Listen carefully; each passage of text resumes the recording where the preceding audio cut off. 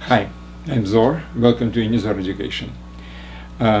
We continue talking about hyperbola. Basically, it's a continuation of the previous lectures.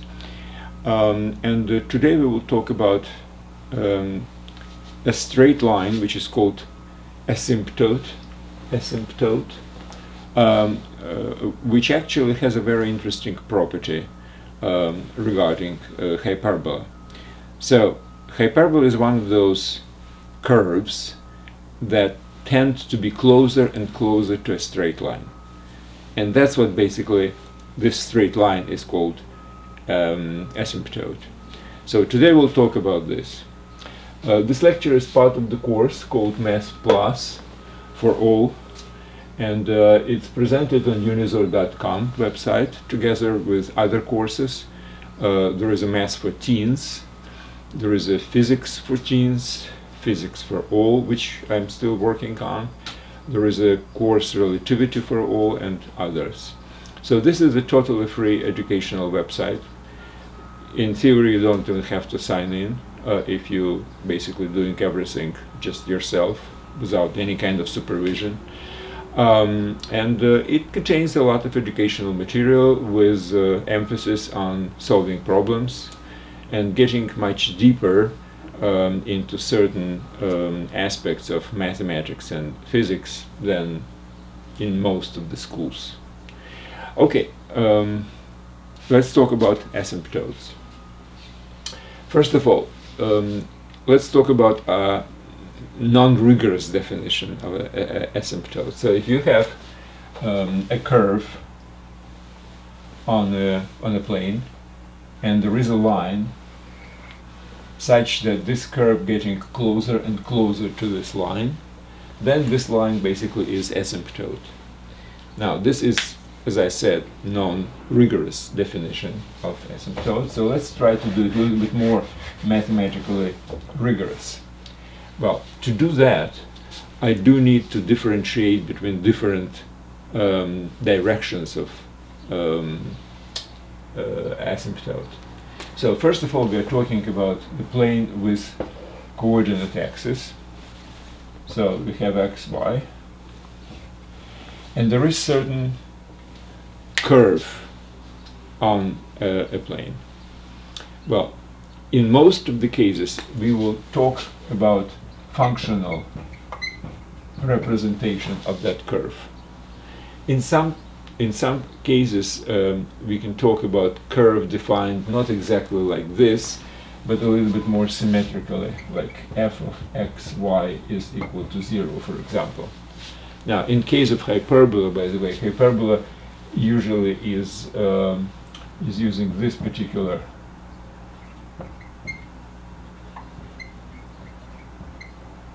it's equal to 1, or minus 1 is equal to 0. So this is representation not like this. I mean, you can convert this to this, but that would not be always possible because there is a square, so there is a square root involved, and it has plus and minus. But in any case, one of these two representations we will use, mostly this one, to define asymptote. Okay, so let's just wipe out this for a while. We'll return to this later. So now we will differentiate between different asymptotes in this way. First of all, let's talk about vertical asymptote.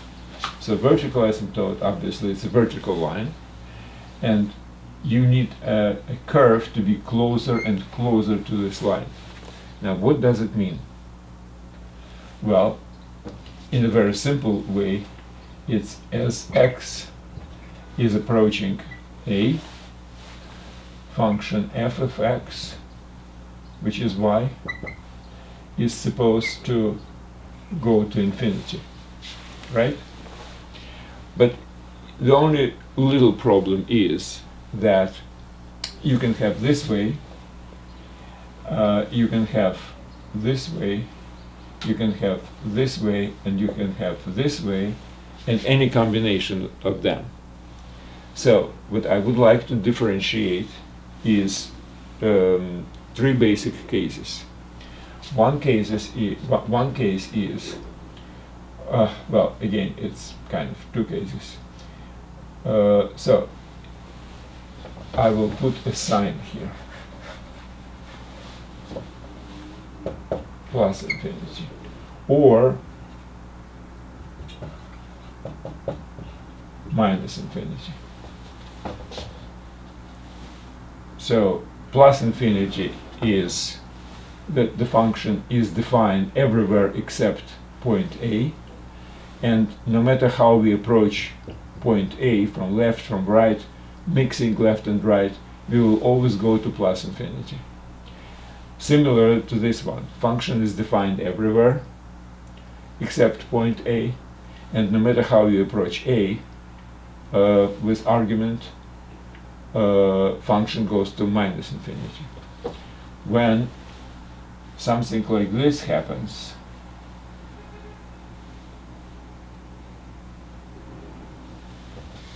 you cannot write this way, because if it goes from the left, it goes to minus infinity, and if you go from the right, it goes to plus infinity, and if you go to a mixture of left and right, it doesn't have any limit because it will be jumping up and down. So in this particular case, we're talking about the following: x goes to a plus 0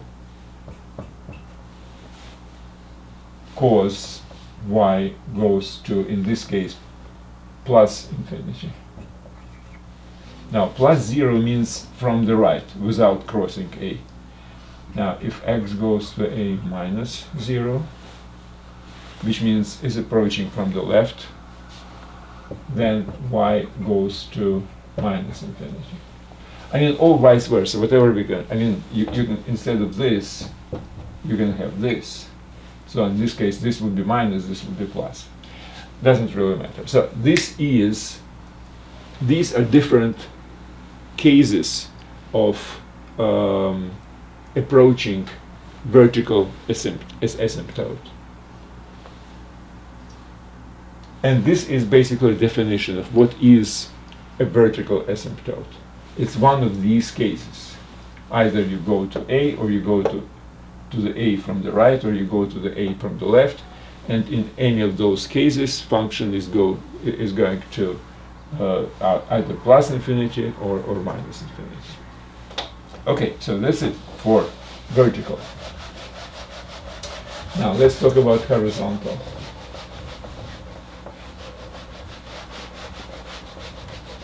Now, obviously horizontal, by the way, every lecture on Unizor.com, if you will go to this course Math Plus, go to geometry, and to this particular lecture, as well as in any other lecture, they have notes. And in notes I actually give some very nice pictures of certain examples of different kind of approaching to asymptote. Okay, so let's talk about horizontal. Now, let's say this is A, and obviously horizontal is something like this. Now, this is defined differently. As x goes to, let's say, plus infinity, y goes to A. This is basically what it is. Now, if it's differently, if it's something like this, for example, that means if x goes to minus infinity, y goes to A, approaching the straight line from below, actually. Or it can approach this way too.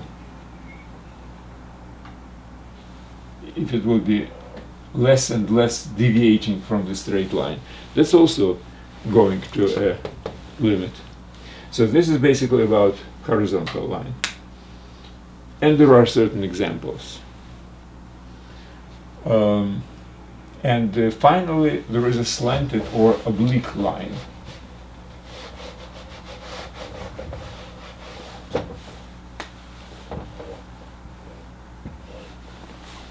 And the function approaching this way, or it can approach it this way, whatever it is. So whenever you have this particular kind of property, that actually is slightly, well, different than the previous cases to express analytically. So you have to express analytically the straight line, which is slanted, and it's basically, generally speaking, ax plus b. That's a straight line. So you have to approximate function f of x with this. So what does it mean? Well, it means that as x goes to infinity, f of x minus ax minus b approaches to 0, something like this, right? Now, but in this particular case, it's not easy to measure the distance. What is the distance from this point to a curve? Well, sometimes you can say you go just vertically, which is this one. Sometimes you can think that it would be better if you go perpendicularly to the line. That would be a better measure of closeness between the curve and the straight line. You go perpendicularly to the line. Well, or sometimes you can have even more complicated case. So if you have something like this, and you have this point, what is it? Is it vertically up, or is it perpendicularly? Or you can find maybe a point which is the closest from the curve. You can find the point closest and measure this as the closest to this point on the curve. It's all kind of different definition of closeness. Basically, they're all equivalent. And for example, if you choose, instead of this, if you choose to measure the distance perpendicularly, let me just show it to you.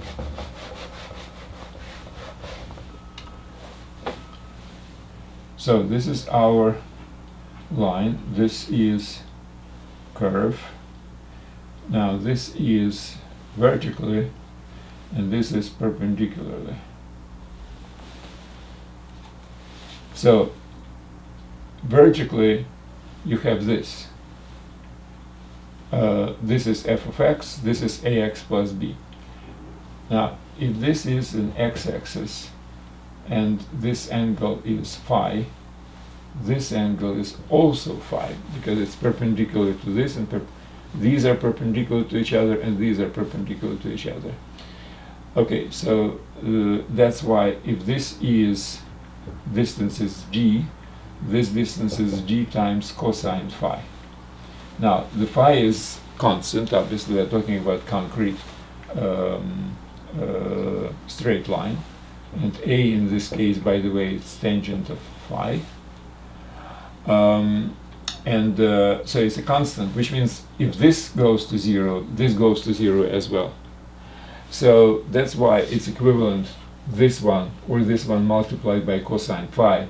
As long as they're tangent to 0, all of them are tangent to 0. So basically it's all equivalent. And you can say that this is a definition of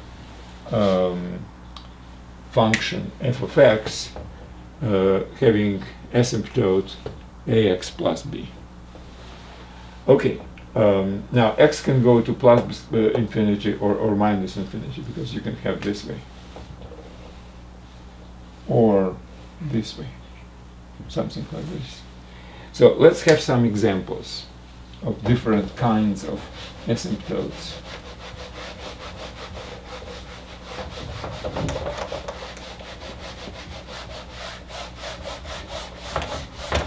Okay, let's talk about vertical first. So if you have a vertical, and let's say you will have this a as asymptote. If you want to function to go to infinity whenever x approaches a, no matter how, from left, from right, or in between, you can have something like 1 over x minus a squared, right? So the graph of this would be like this.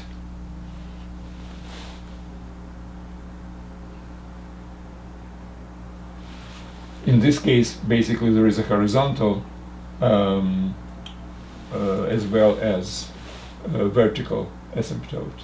Vertical at point A and horizontal is the x-axis, because if x goes to infinity, obviously the whole thing is approaching 0. But if x goes to A from left or right, then the function goes to infinity. So this is an example of vertical, well, as well as horizontal. Now, if you want to have different limits whenever the x approaches from different sides, if you want something like this, then you just have to do this and put a minus sign here, right? So it's also hyperbola, not the same as we were talking about before. This is turned by 45 degrees. So if x is greater than a, that would be positive, so that would be negative, and it's approaching from the right as a negative, and from the left, if x is less than a, that would be negative, and minus 1, that would be positive. So that's the case. Now, sometimes you don't have limit from one side at all. Function might not be defined. Something like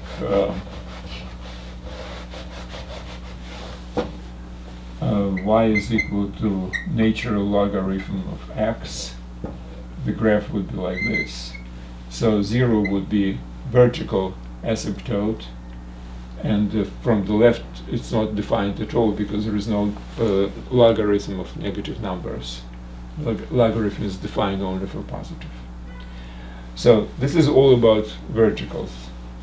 Now, horizontal we have already basically covered, because we were talking about the previous case, we had vertical and horizontal. Let's talk about slanted, and I put an interesting example in the notes for this lecture. So if you have something like this, how we can actually invent some function which is approaching some kind of a slanted straight line. Well, here's what I did. I started from let's say sine. If you have sine of x, well, it looks something like this, right? Now, but I would like to have smaller amplitude as we go with larger and larger x. I would like to have a smaller amplitude. So what I did, I just divided by x. So what happens in this case? Well, the greater the x, the greater denominator is. But numerator is always restricted from -1 to 1. So what happens is I will reduce this amplitude, so it would be something like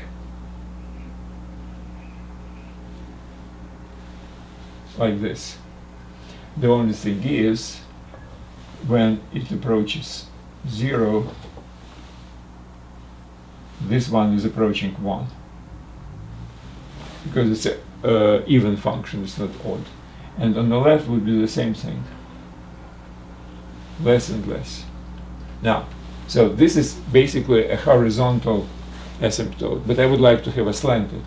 So what I do is, let's say I can add something like x over 2 or something. So if this is x over 2, then the whole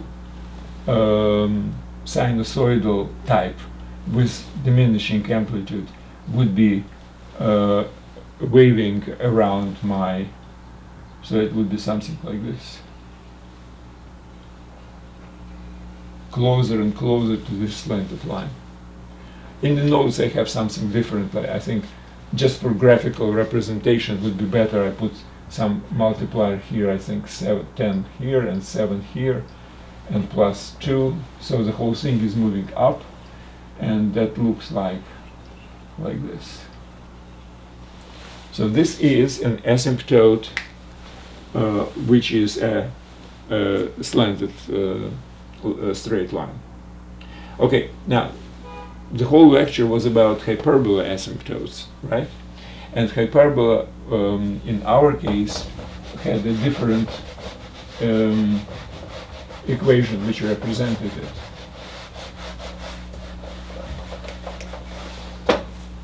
So we had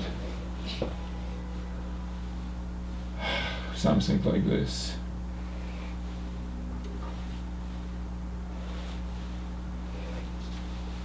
X squared divided by a squared minus y squared divided by b squared equals to 1, right? Now, this is not a function in the typical way, because there is a square here, and it has, if you will resolve it for y, you will have two different things. Y would be equal to plus minus. We multiply by b squared, so it would be x squared divided by a squared times b squared minus b squared square root. So plus would be these things, and minus would be these two things. And it's defined outside of the interval from minus a to a. So x by absolute values should be greater or equal to a. So that's the domain of this function. So let's talk about one particular function. Let's say this one. So what I'm stating right now, that this would be for positive x greater or equal to a. That would be this line, which has equation b divided by ax. How can I prove it? Well, the same as I did before, remember? F of x minus ax minus b should be tending to 0. Well, let's check it out. If this, which is a function, minus this, which is a straight line, this one, what happens? We have to find limit as x goes to plus infinity in this case, square root of x squared b squared a squared minus b squared minus b over ax. What's the limit of this? Well, it's not easy, because this goes to infinity and this goes to infinity if x goes to infinity. But what is the limit of their difference? To do this, the easiest way is multiply and divide it by the same thing, the same square root, plus b divided by ax, and divide by the same square root plus b divided by ax. Now, what happens? P minus q times p plus q, it's p squared minus q squared, right? So it's square of this, so we can just get rid of this, minus square of this.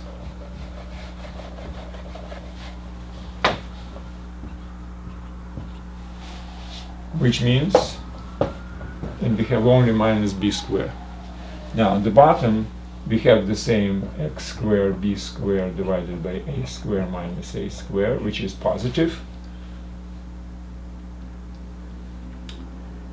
And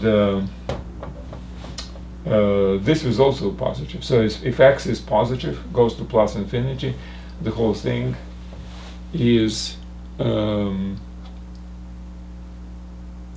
to infinity. And on the numerator we have a constant, right?